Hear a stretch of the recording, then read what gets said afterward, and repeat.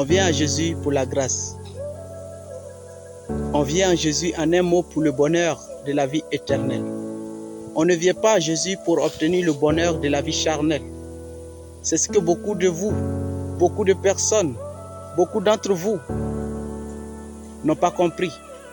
Et parfois ils se lamentent pour des choses que eux-mêmes, ils ont les capacités, ils ont les moyens de faire. Et ils veulent que c'est Jésus qui s'en charge.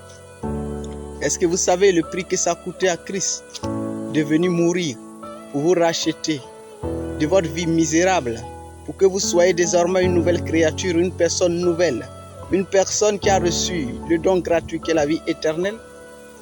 Est-ce que vous savez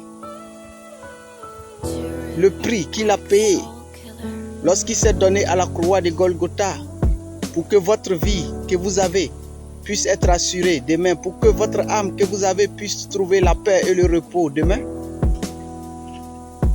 Mais si vous réfléchissez un instant et que vous connaissez le prix, alors vous cesserez de vous lamenter, vous cesserez de vous plaindre parce que vous n'avez pas mangé aujourd'hui, donc c'est la faute à Jésus. Parce que vous ne dormez pas dans une maison de luxe, donc c'est la faute à Jésus.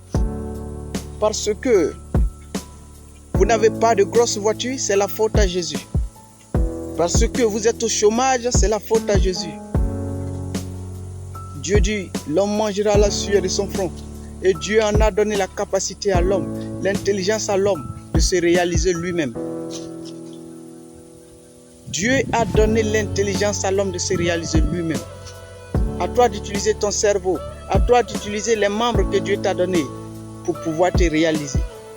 Ce qui t'est impossible, c'est obtenir la vie éternelle.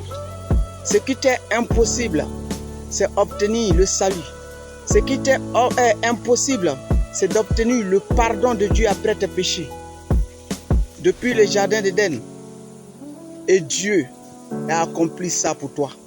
Ce qui est impossible, Dieu a rendu ça possible pour toi par le prix de sa mort et résurrection. Alors frères et sœurs, n'accusons pas Dieu pour toutes choses, surtout pour des choses charnelles. Quand ça ne va pas dans notre vie sur le plan charnel, accusons nous-mêmes. Il faudrait que nous nous accusons nous-mêmes. Et c'est ainsi qu'on aura à faire la part des choses. Et c'est ainsi qu'on aura à servir Dieu dignement.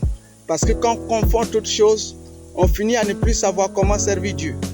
Si je dois servir Dieu parce que c'est lui qui doit me donner à manger, parce que c'est lui qui doit me permettre de mettre un business en place pour pouvoir devenir quelqu'un qui est riche ou quelqu'un de stable, là je suis désolé.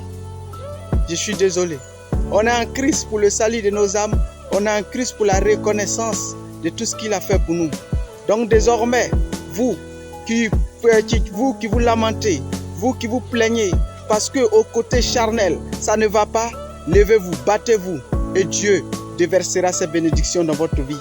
Tout compte fait, c'est ce que l'homme sème qu'il récolte. Si vous n'avez pas sémé, vous n'allez pas récolter. Que Dieu vous bénisse.